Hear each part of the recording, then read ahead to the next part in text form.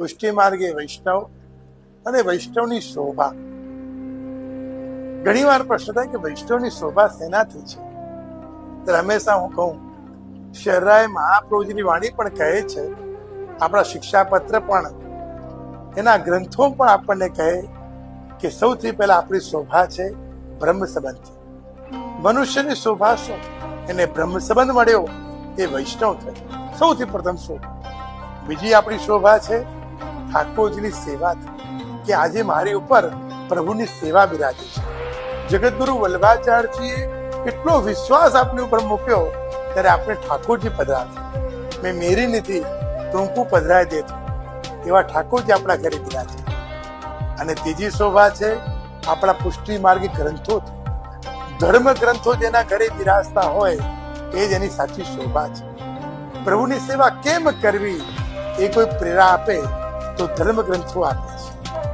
અને હું હંમેશા કહું કે સૌથી પહેલા આપણા ઘરે 84 ને 252 વૈષ્ણવની વાર્તાઓ જોઈએ, એની ઉપર શિક્ષાપત્ર આવે, એની ઉપર 16 ગ્રંથ ધરીએ, એની ઉપર શ્રીમદ ભાગવતજી સુબોધથી પધરાવીએ, એ ભગવદ્ ગીતાજી પધરાવીએ, અણુભાષ્ય પધરાવીએ, 4 વેદ પધરાવીએ, અનેક અનેક આપણા ગ્રંથો જ આપણી શોભા છે.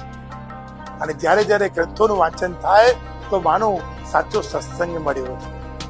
આજે ઘણા કહેતા હોય કે ભાઈ વચનામૃત અને રીલ્સ ને અમે કથાઓ સાંભળીએ છીએ. જરૂર સાંભળવી.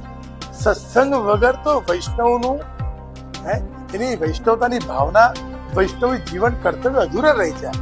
પણ એક નિયમ એવો રાખવો, હું સાંભળું કેટલું પણ મારા ઘરે પર ધર્મ ગ્રંથો રાખી એનું વાંચન કરું.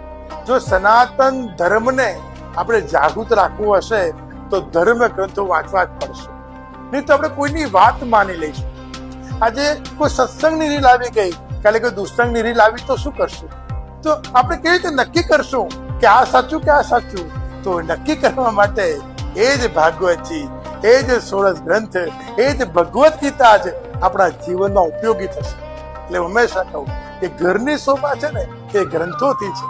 અને શહેરાએ મહાપ્રભુજી આચાર્યશ્રી કેવી સુંદર વાત કરી ગયા કે વૈષ્ણવના ઘરમાં ભાગવતજીનું પુસ્તક હોય અને જો તમે ખોલ્યું ના હોય તો એની ઉપર લાગેલી રજ, એ ધૂળ પણ તમે સાફ કરો તો કપાળમાં ચડેલા અનેક પાપો તમારો ધોવાઈ જાય છે. તો એ તો કેટલા મહત્વના ગ્રંથો છે. અમારા આચાર્ય આજ્ઞા કરે છે કે વૈષ્ણવ જેટલી કૃષ્ણની સામે બેસી એની સેવા કરવાનું મહાત્મ્ય છે ને, એટલું જ ધર્મ ગ્રંથ ખોલીને એને વાંચવાનું પણ એટલું જ મહાત્મ્ય છે. અને પ્રભુ સિંહાસન પર બેસીને સેવા સ્વીકારે, અને જયારે આપણે સત્સંગ કરીએ ને ત્યારે આપણી આસપાસ નૃત્ય કરતા દેખાય. ચાચા હરિવંશજીના પ્રસંગો આવે છે કે જયારે એના મુખમાંથી સત્સંગ નીકળે ત્યારે અષ્ટાક્ષર નીકળે, કૃષ્ણ એ સમય રમણ કરતો દેખાય. શહેરાએ મહાપુરુષના પ્રસંગો આવે છે કે ભગવદીય વૈષ્ણવ પ્રભુના ગુણગાન કરતા હતા, એ સમય પ્રભુ એના મધ્યમાં, વૈષ્ણવની મધ્યની મંડળીમાં નૃત્ય કરતા હતા. તો ધર્મ ગ્રંથો આપણા ત્યાં અત્યંત મહત્વના છે. અનેક અનેક જગ્યાએ છું, અનેક અનેક દરેક ધર્મના અનુયાયી પોતાના ધર્મ ગ્રંથોને સાચવ્યા છે.